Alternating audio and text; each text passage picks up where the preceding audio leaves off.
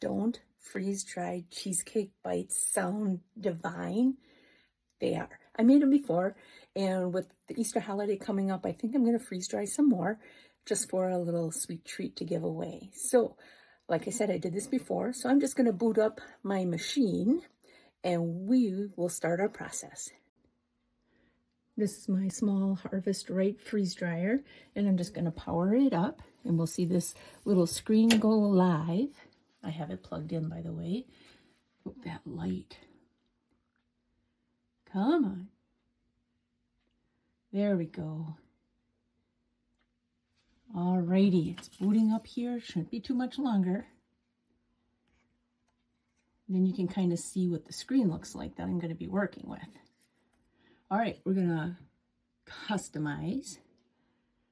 And my temperature is going to be -10. We're going to leave the extra freeze chime right there. We're going to drop this temperature, the temperature down to 120 and the extra dry time to 18 hours. Oh my goodness, come on. Of course, because I'm making a video. Ooh, back up. There we go. Save. Start. There we go. Let's go upstairs and get our cheesecake bites ready. All right, let's prep our cheesecake bites. I buy them like this at that grocery store that you have to rent the cart for $1. I don't know if I can say their name, but that's where I got these, and they were under $10 for an assortment. They come like this, and when I prepare mine, I will start with the vanilla, and then I will go to the strawberry swirl, and then I'll go to the turtle. This way there's less carryover of flavor from here to here, from here to here. So all I'm gonna do is cut this open.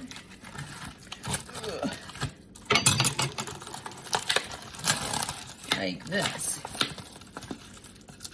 And I'm just gonna cut these little guys in half, and I'll show you what I mean. Just like this. And I'll do it the long way here. And then I'll just put them in a dish. I'll keep cutting and I'll show you what I end up with. I just finished cutting up a box and a half of the vanilla cheesecake bites. I'm gonna put these in the freezer while I continue to do the next ones. Look, I've got the strawberry ones cut up now too. Just cut in half as evenly as possible so that they freeze dry as evenly also.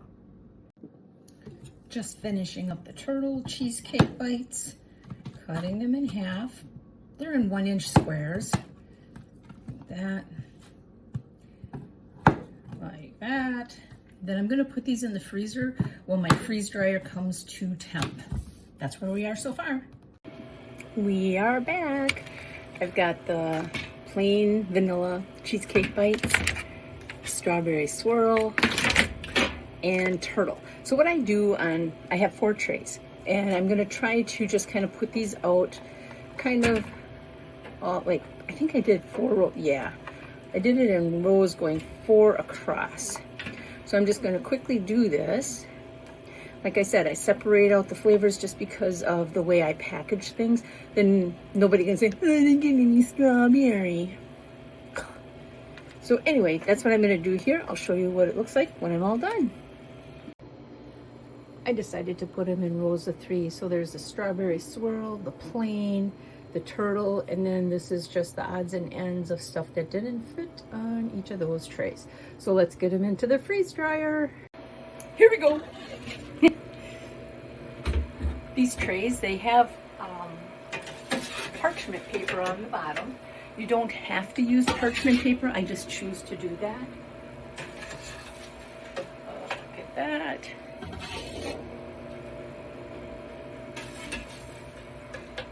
And this one. All right, close it tight. Drain valve. Continue. Let's see if we can bring you over here. So right now you can see that it says that it's freezing. So it's just starting its process now, and I can do what I want now for the next day or day and a half. So there you go. Now I'm gonna go plug in my fan for my pump. Good morning. It's Sunday, just a little after 7, and my freeze dryer is chirping. Let's listen for it. There we go. So the freeze dryer is saying, I think I'm done according to your settings.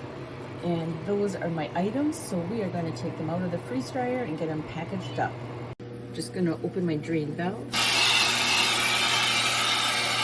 And that's the vacuum releasing. And I have a little bucket here, so when the freeze dryer defrosts, the liquid comes down this hose and into the bucket, and I'll dump it later. Alrighty, these are my cheesecake bites. They're kind of dried out, obviously, like you can see. I keep this pan down here. I just wash it up and flip it up upside down to store it. But I'm just going to get my strawberry swirl cheesecake bites off of here.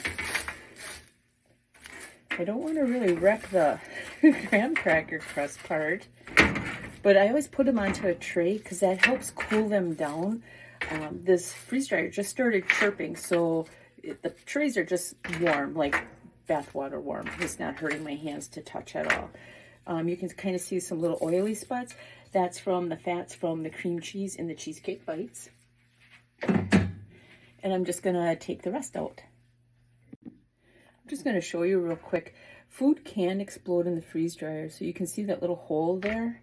And I'm gonna say that this piece right here probably came from that hole. But my food was frozen, so it didn't make a big splattery mess. Alrighty, I got everything out of the freeze dryer, off the trays, the strawberry swirl, the plain vanilla type cheesecake, and then the turtle cheesecake. And I pre-labeled my bags. So I'm just gonna kind of divide these up evenly into the bags next. Alrighty, I've got all my cheesecake bites packaged up. These are packed fresh Mylar bags. They're black on the back, clear on the front. I'm going to pop an oxygen absorber in here. Now these are, let me see here, like this. These are 50 cc oxygen absorbers. That's all I'm going to use. These do not come wrapped in packages of 10. So I'm going to have to quickly store my extras in a glass jar with a lid. So they just have like a little tear point. So I'm going to clear that. And now I'm just going to drop an oxygen absorber, that's all they are, into each bag. Just like this. And that's going to suck out any extra oxygen so that everything stores nice. I'm putting an oxygen absorber in because the cheesecake has fat in it, and I don't want the fat to go rancid. So now I'm just going to pour the rest of these in this jar. I hope they all fit. Yeah, they will. Oh, that one I can't use. That one hit the floor. There we go. All right. And they kind of gave you a little guide on the back of their label as to what size oxygen absorber to use in what size of a container or pouch. All right. I'm just going to cover these up, because these I want to last forever, or at least until next time.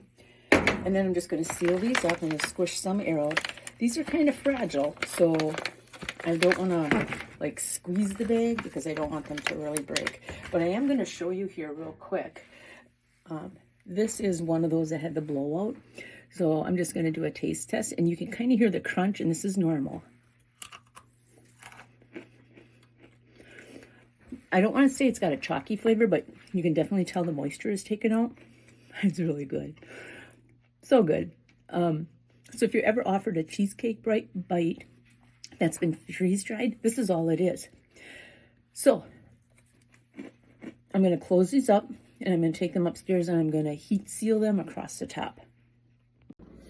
Alrighty, back upstairs. I'm going to do this on my kitchen table because I just started transplanting tomatoes on the counter. And it's all full of dirt. So anyway, we just saw me package up my cheesecake bites. I did this little Ziploc seal, and then you can see that there's these little tear notches. So what I'm going to do right now is I'm going to heat seal the top, just in case if this would ever give out. But like I was saying before, these are pack fresh bags. They've never let me down. They have a whole variety, all different sizes. They can be solid Mylar. They can be all black, which is said to protect the food longer than a foil Mylar bag. I haven't been doing this long enough to test it out. I've been just using the foil ones, and so far so good. But anyway, all it is, and this does not take much pressure, but I'm just gonna kind of line up my notches, and you're gonna see a little orange light go on right there. And now it's sealed across the top. So this is gonna be good to sit on a shelf for a long, long time. But I'm gonna package a lot of this up for Easter gifts. There, there we go. Now, eventually this piece here may have to be replaced. I'll cross that bridge when I get to it. But this is all it is for heat sealing. It's pretty effortless. You can see I'm kind of doing it backwards just so I can show you the little light. And you can also change the intensity of this heat pad. So I just wanted to show you that. That is the story of freeze-drying cheesecake bites from beginning to end. These are now shelf stable for about 25 years. I don't think they'll last that long because I made these in March and I'm already out. I hope you enjoyed this video. Please like, follow, share, subscribe, tell all your friends, and there'll be more videos coming. Have a great day.